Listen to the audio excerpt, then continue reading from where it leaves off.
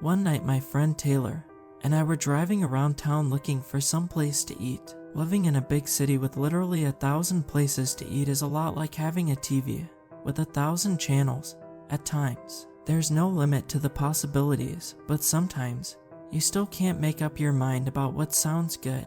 They were tired of all our usual places and wanted something new, but couldn't figure out what that should be. I was just about to turn around and order a pizza when I saw it.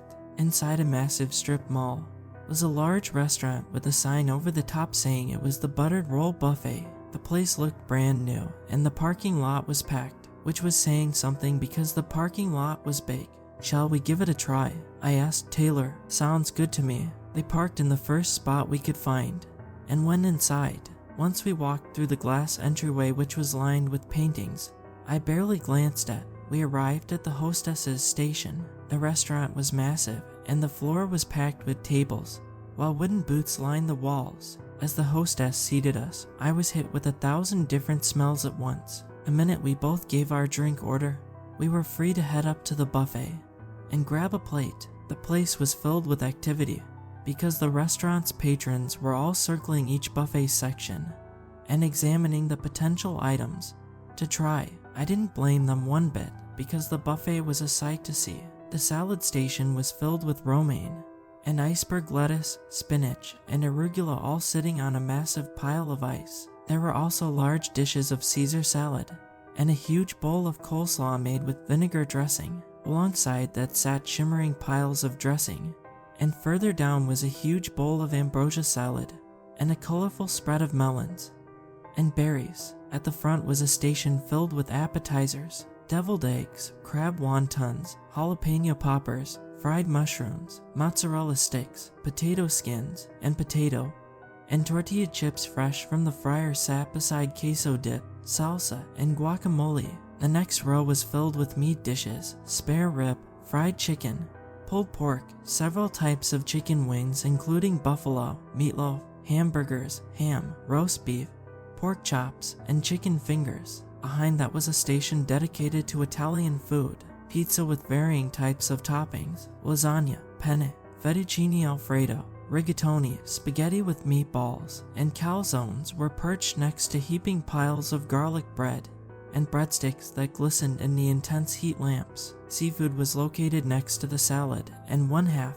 was filled with hot entrees and the other was chilled. The chilled section was filled with smoked salmon, shrimp cocktail, tuna salad, and oysters, while the hot section was loaded with crab legs, coconut shrimp, clam chowder, fried clams, fried perch, tuna casserole, and crab cakes. A station dedicated to side dishes was filled with mashed potatoes, fried potatoes in several forms, cheesy potatoes, macaroni, and potato salad, baked beans, macaroni and cheese, pasta salad, and onion rings. But the most impressive spread of all was the desserts. It was massive: a self-serve ice cream machine that offered vanilla, chocolate, and strawberry was beside a spot to make your own strawberry shortcake. Farther down, a chocolate cake with icing that gleamed in the light sat beside baklava, massive slabs of cheesecake, tiramisu, chocolate chip cookies, apple turnovers, fresh baked blueberry, and cinnamon muffins, donuts, peach cobbler, banana pudding, and coffee cake. Taylor and I eventually each loaded up a plate and returned to our table. Neither of us said a word as we chowed down. It was all delicious, and in no time at all we'd finished what we got and went back for a second plate, taking care to get what we'd been unable to try last time simply because we didn't have big enough plates. It didn't take long for us to get full, and before long we asked for the check, paid, and left a good-sized tip, and slowly walked out of the buffet. That was the best buffet I've ever been to in my life, no question, Taylor said once we were back in the car. Me too, I nodded as I started the car. It's no wonder that place is packed. We'll have to come back. Absolutely. For all I ate, I still didn't get to try everything I wanted. Me neither. I dropped Taylor off at his condo before I went back to my own place. In the morning I was still so full I could barely manage a bagel, but by lunchtime I was slowly starting to feel like I could eat normally again, which was good because that evening I was expected at a dinner party at my cousin Joy's house on the west side of town. I arrived right on schedule at 6 and after some appetizers of buffalo chicken dip and stuffed artichokes, the 7 of us all gathered around for some roasted chicken, mashed potatoes, baked carrots, and spinach salad, while everyone was having some pineapple upside-down cake for dessert. And chatting, Howard, my cousin's husband, looked up at everyone. Did everyone hear about that apartment building that caught fire last week? Everyone around the table murmured a yes. The sister-in-law of one of the people who died is my coworker. She said that night she had gone out with her brother-in-law at that new buttered roll buffet place. I just went there for the first time, I said. How was it? Josh, another dinner party guest, asked. Tasty. Joy and I went there the other day for the first time. Howard said, it was delicious. I've heard it's amazing. Josh said, I'll have to try it. You'll enjoy it, Howard added before taking a sip of coffee. The rest of the week passed without anything interesting happening, and time went on until it had been some time since Taylor and I had our first meal at the buffet. It wasn't until the next month we decided to go back. The experience walking in was the same as the first time, with the competing smells of food greeting you. And just like last time, we ate a wide variety of food until we were full. The place was even fuller than last time, with each table full, so we sat in a booth.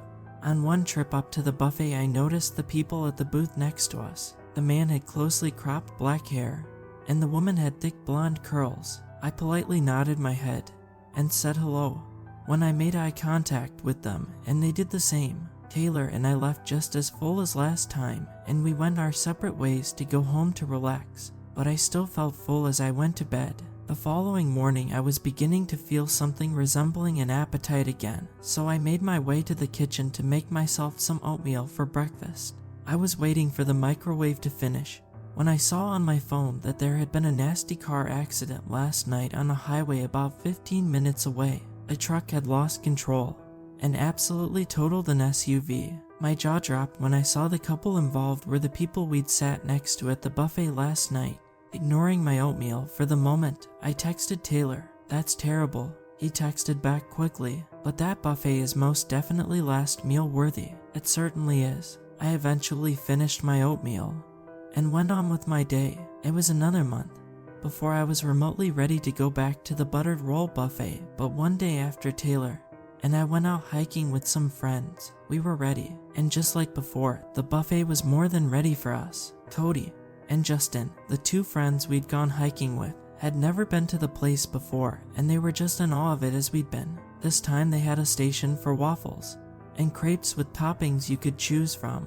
I went with banana, peanut butter, and chocolate, while Taylor went with strawberries and cream. Then it was off to get some chicken parmesan, baked ziti, and antipasto salad. Meanwhile, Cody and Justin were waiting at the panini station where a smiling chef was customizing sandwiches for patrons. Cody got a ham and cheddar, while Justin got a turkey and Gouda. We all ate plenty, and once our bill was paid, we strolled out at a leisurely pace. Once we got in Taylor's car, he turned on the radio, and we sat in a peaceful silence as we drove to Justin's, where our cars were all parked. We were almost to his house when there was a Dieter sign blocking off the main road, so we had to take a route that added 15 minutes to the drive. It took us to a part of town that was quiet, with houses spaced far apart from each other. The area had been bought by a bunch of companies for development, but for what I had no idea, Taylor eventually turned right onto a stretch of road near an abandoned warehouse. By now it was pitch dark out, and the few streetlights the area did have cast a sickly glow onto the pavement. I would not want to be one of the few houses on this street, but when we were halfway down the street, Taylor slammed on the brakes because the road was obstructed by a massive SUV that was parked in the middle of the road with its doors ajar. I looked around, and there was no one in sight, nor was there any sign of an accident. Something about the situation gave me a bad feeling. Something was up, I just didn't know what. "What's going on?" Taylor asked everyone in the car. "I don't know, but I don't like it," Cody muttered. "Let's go back the way we came, especially because that's the only way we can go." I added, "You can't go around it." Taylor nodded briefly and made a deft turn around, but just as he was about to start back down the way we came, I saw a flash of movement come out of a nearby alley, and a bunch of men in dark clothing emerged into the clearing. They weren't close enough to see their faces or make out their features, but the minute they saw us I heard angry yelling, and Taylor floored it out of there. I did my best to ignore the sickening lurch in my stomach as I looked in the passenger side mirror and saw the group of strangers pile into their SUV and immediately start to follow us. My chest felt uncomfortably tight as I clenched my hands into fists and tried to stay calm. From behind me, I saw Cody, and Justin had also noticed we were being followed. Taylor also did, but to his credit all he did was take a deep breath and try to focus. No small feat considering the car following us seemed to be gaining on us. If they caught us, or we wrecked out here, we were in serious trouble. But after a moment I saw Taylor's eyes light up. "Cody, can you see that box there on the floor by your feet?" he asked. "Yeah, what about it?" "I've been helping my uncle with some maintenance work at his loft. That box is full of nails. I want you or Justin to roll down the window and dump them all in the road behind us." "I'll do it." Cody quickly nodded and picked up the box. As I looked in the backseat, I saw that it was stuffed to the top with nails in various sizes. "Slowly shake them out so they're spread everywhere on the road," Taylor instructed. Cody nodded and looked a bit pale as he rolled down the window, and a chilly breeze filled the air, but he slowly tipped the box in our wake, and all the nails began to scatter on the road. In the dim lights they cast a silver gleam as they spread and rolled across the blacktop in every direction. The SUV behind us took notice of that after a moment and tried to swerve to avoid the nails, but since they were everywhere it was impossible. In an instant they drove over some, and I saw the vehicle swerve unsteadily and go off the road, only to collide with a signpost. We all cheered and patted Taylor on the back while he got us out of there and drove to my house, which was the closest one. On the way, I called the police and told them what happened.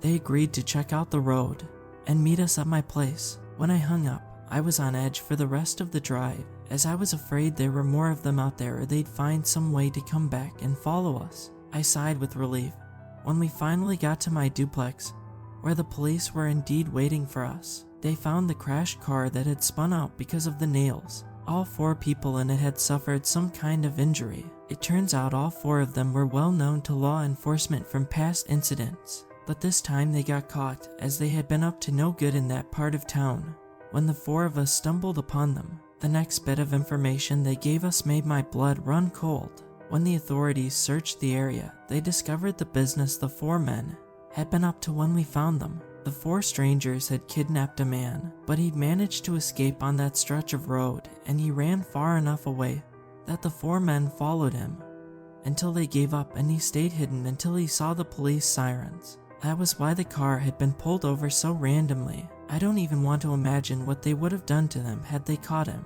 or us, had they caught up with Taylor's car. The cops eventually thanked us for our quick thinking and left. The 4 of us were exhausted, but we knew there was no way we were gonna be able to sleep after that, so we hung around. At some point, a thought in my head clicked, and I remembered something. We had almost encountered disaster after eating at that buffet, like several other people around town. I took out my phone, and after some searching, I found there were many other cases of people encountering disaster or near disaster after eating at that buffet.